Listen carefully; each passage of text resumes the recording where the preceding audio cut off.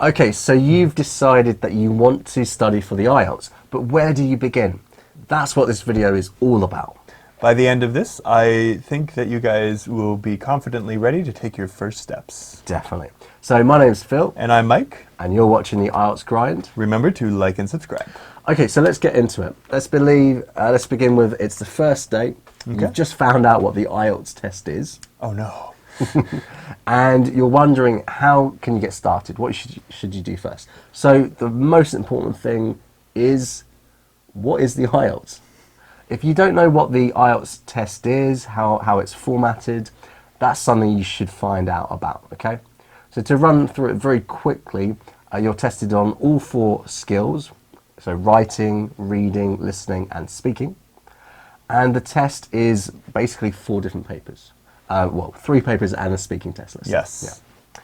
So go over to, there's a link in the description which will take you over to idp.com, and there you can actually download like the entire format. It tells you exactly what to expect. They also say the question types, model examples of what they look like. Yeah. So that's the other thing I was going to say. Learning the different question types for each paper, that's also very important. Yeah, they each have their own strategies that you need to be able to work in order to do well. Like generally I've seen 2 types of students. There are students who come in who just have a low general English ability and they know nothing about the test. But then often I also see students who have a higher general English ability, but they're still doing poorly on the test because they just don't know the format. Yeah, that's a very important thing to know. And that's going to influence how you study and prepare for it. So the next thing you need to consider is buying or finding some study material that will help you with those question types and all that sort of thing. Yeah. You can actually buy old test papers. Yeah, those are really good. Yeah. And it's not a scam. Like Cambridge releases books Yeah. that are the previous tests. Each book usually has about 4 tests, and just getting one of them to see what it's like, it would be very helpful. Yeah, definitely recommend that. And yeah, buy it. I think you've got to support Cambridge. Getting it for free, that's probably not a great idea. Okay, the next thing you should consider is, are you going to join a class or a course? Or are you going to try and study on your own? Well, it is possible to study on your own, but sometimes you need a native English teacher to help you.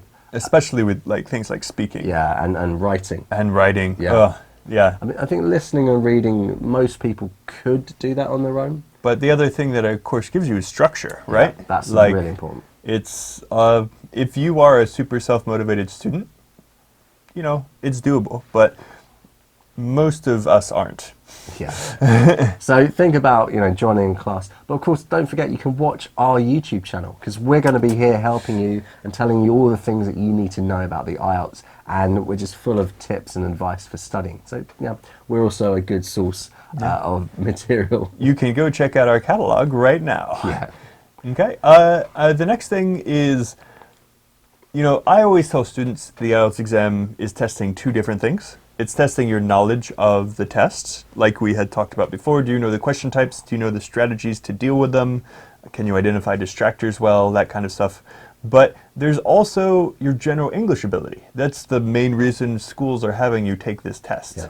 And, you still need to raise this up. If you understand how to do the test questions, but your general English ability is like a 4 or 5, you've got to raise that up to the appropriate level. So the best way to do that is a really good study plan. Yeah. So there are certain things that you have to study, and it's split between those 2 things: the how to actually take the test, the strategies for that, and your general English. So definitely one of the things on that is learning your grammar, your grammar structures. So go through all of the grammar tenses, your present simple, your present continuous, your present perfect, simple and continuous. Once you get a handle on those, then you can move on to the more advanced ones, like relative clauses, any other type of clauses, like conditional structures. Conditional structures, like there's a lot. Definitely, yeah. And what we're going to do is we're going to put all of this into a handy little PDF cheat sheet, which you can go to our website. There's a link below. And we'll just give you a list of things that you should be learning, okay, for grammar in particular. And as you learn them, you can just check them off the sheet. Yeah. Another thing to think about is vocabulary. Okay, there are often common kind of topics that come up in the IELTS, but the actual topics for the speaking, for example, they change every time. So you can look at past papers and learn vocabulary in particular groups. So work, for example, study, these are common themes for IELTS generally. Yeah, you can also think about common themes like pollution, etc. You should be learning vocabulary for particular groups. But what we don't recommend you do is learn lists of vocabulary. There's a much better method for learning vocabulary, isn't there? Yes. Well, first, there's two things that you should be doing. One of which is you should get a vocabulary notebook where you can play with the words. Basically, play with the words. Yes, you need to play with the words. Caress the words. You need to be using them. And one of the best ways to use them is by organizing them. You can organize them in mind maps and charts, making your own picture dictionary. Just use it again and again in this vocab notebook. Yeah. But an even better way to learn vocabulary, and you should be doing both of these things, is reading for fun. Yeah. Now, what this means is basically you should be reading below your level. If you're a 5.5, you should be reading at a 5 or a 4 level, and you'll be seeing these words again and again. Did you know, to learn a new word, you need to see it at least 26 times? I know, so many. There's a lot, isn't there? Yeah, but when you read, you see it. And you also get a deeper understanding because you see it in different sentences. Yeah. You see different collocations, different ways that it fits. So in your study plan, you've got to fit in that reading for pleasure, that reading for fun element. So each day, absolute minimum 20 minutes. 20 minutes every single day. Yeah. If you can do more, it's okay, but you shouldn't just do reading, yeah? The other thing that's really good for picking up vocabulary is also to watch series, TV series. If you have access to Netflix, then it's as simple as that. You can really use this to help you improve not only your listening skills, but also your vocabulary. And you should be using subtitles, but be careful. I don't mean watch everything once in your native language. Oh, no. That won't help you. If you're watching, like, for example, if you speak Chinese, if you're watching the Chinese subtitles, you're going to be thinking in Chinese.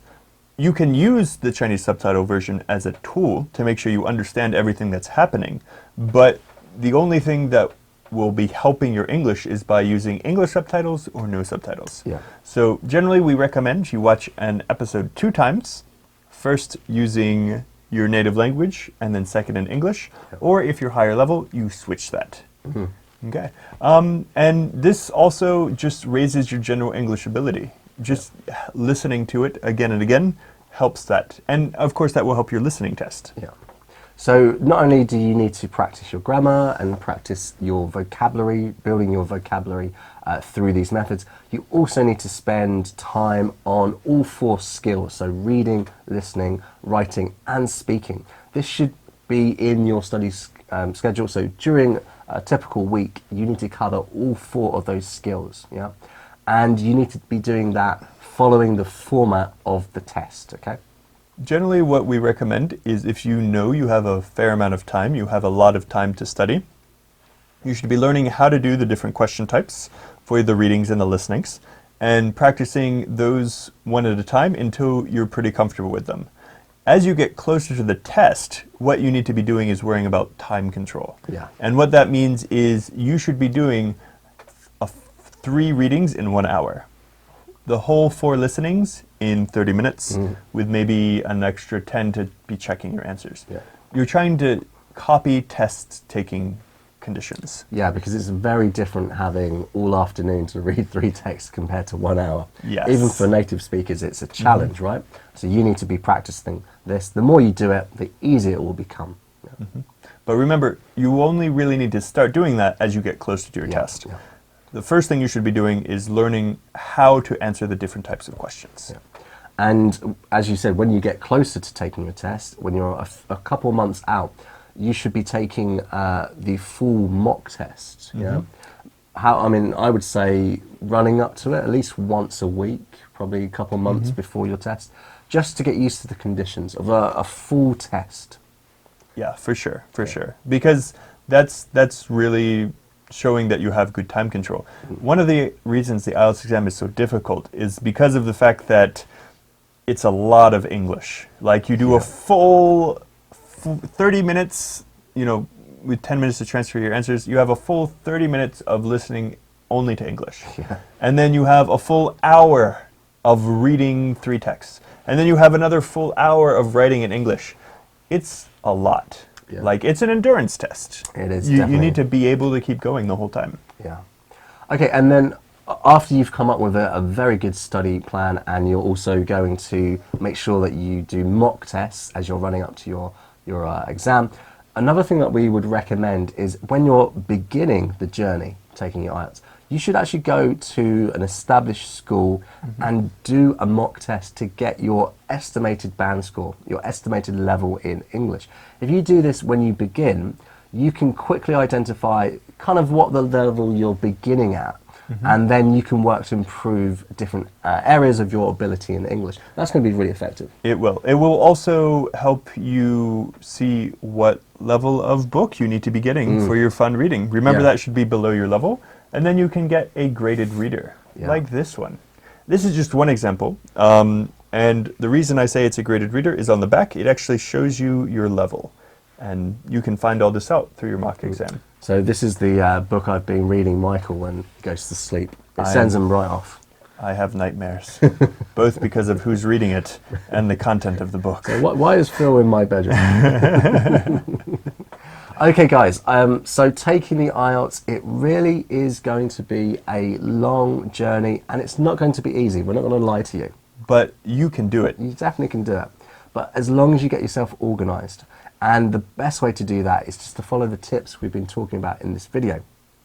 Now, if you want to have any other tips and advice, then subscribe to the channel, because we release a video twice a week, and it's full of information like this, practice, and also a few jokes from time to time. A few. One of us is funny. Yeah, which one is it? Leave a comment down below, and we will see you next time. This has been Michael. And Phil, and you've been watching the IELTS Grind. See you next time. See ya.